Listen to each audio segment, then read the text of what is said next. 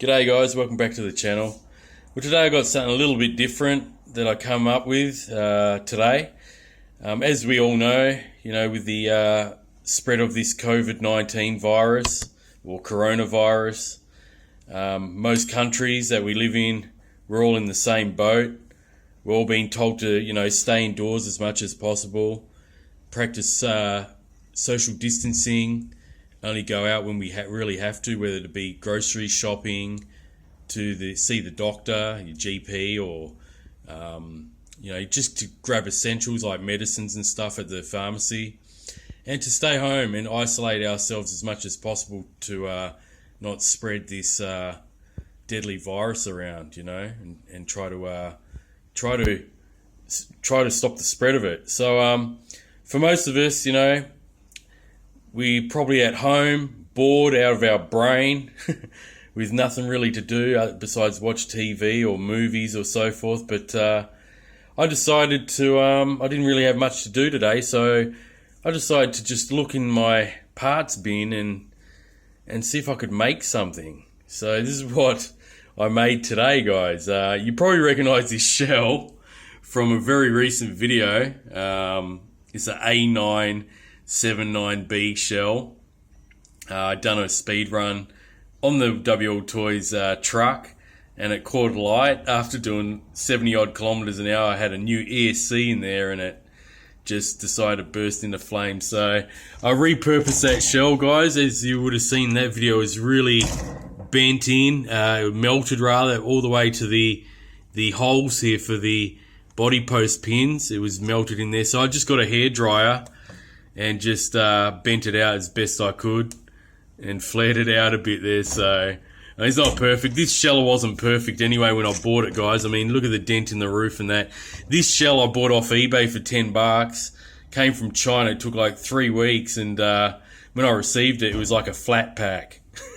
It was squashed. I ended up getting my money back for this shell because it was badly damaged. But yeah, the eBay seller said, he couldn't basically argue. It was trashed. So in order to actually use it on the WLToys, I actually had to use a hairdryer method and try to straighten it out as much as possible. But this wasn't perfect anyway from the get-go, so that's what I did there.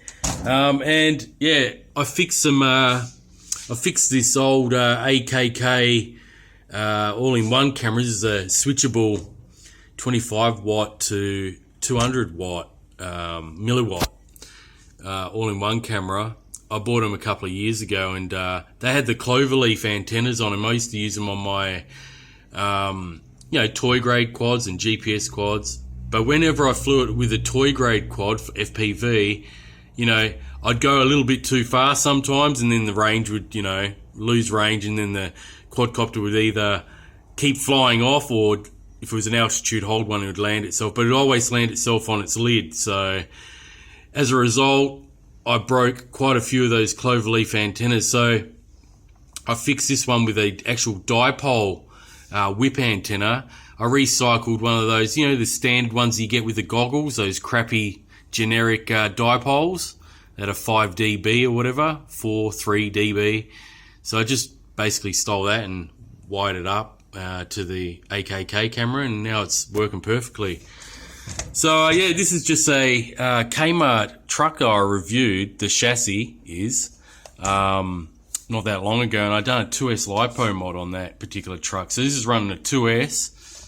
Got a little 2S Velcro there. It's just a Hubsan battery. You can see a JST, and yeah, runs pretty good. I've got a couple of spare little light bars that I had laying around.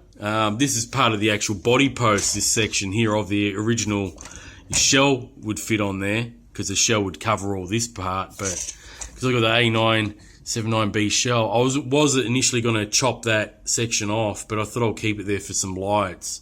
So yeah, here's the lights here. With a flick of a switch, you can make these ones do different patterns. Where's the one on this side? Just here, I think. Where is the switch on this one? Oh, it's on the back. So a couple of light bars there. All right. So I'm going to FPV this one at night just to see what it's like. Should light up you know, the backyard or wherever I run it pretty good. So yeah guys, that's basically it. I just thought I'll make something out of nothing basically.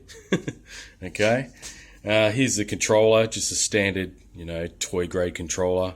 Just exposed the antenna there for a bit more range. It was actually tucked in here sideways, so I just took that little cover off and exposed it. And I'm going to be using the eSheen RD200 watch for my FPV from the all-in-one AKK camera here. Got a little Velcro strap for a little LiPo on there to power that. So yeah, I actually had to fix this eSheen watch, guys. I've used it quite a few times. I made about 3 videos on it, a review video and using it a couple of times. But I've used this about a dozen times, like off camera, you know, just driving around FPV for a bit of fun. And yeah, the battery crapped out on it. The little LiPo inside, it wouldn't. I went to charge it, and it wouldn't charge anymore. I thought, gee, what's going on here? So I opened it up. I actually saw a video from a fellow Aussie RC channel, Skypilot, and I opened it up and replaced the battery. I ended up finding a small battery from a Snaptane quadcopter. So I cut the wires on that and soldered it to the board, and it's working again. So that was a bit unfortunate, you know, that the battery didn't last that long on this. Not saying that it would happen to a lot of people, but yeah, Skypilot happened to have the same issue. The battery, he used it a few times and the battery was a dud in it. So I repaired that now. It does work. Just hold that down. It's a lower capacity battery than the standard one. I think the standard one was 300 or 350 or something.